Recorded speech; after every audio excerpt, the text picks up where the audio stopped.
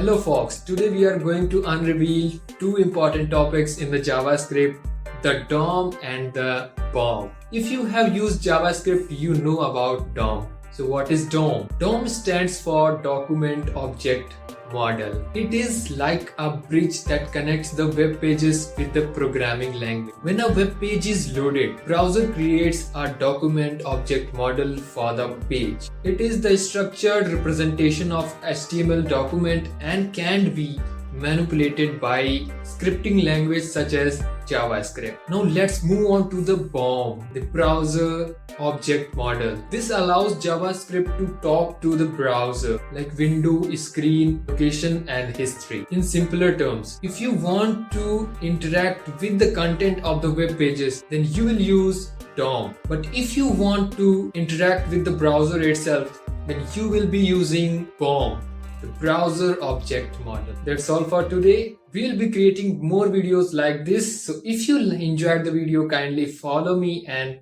create a journey with me. I will be with you throughout my journey. So stay connected. Bye bye.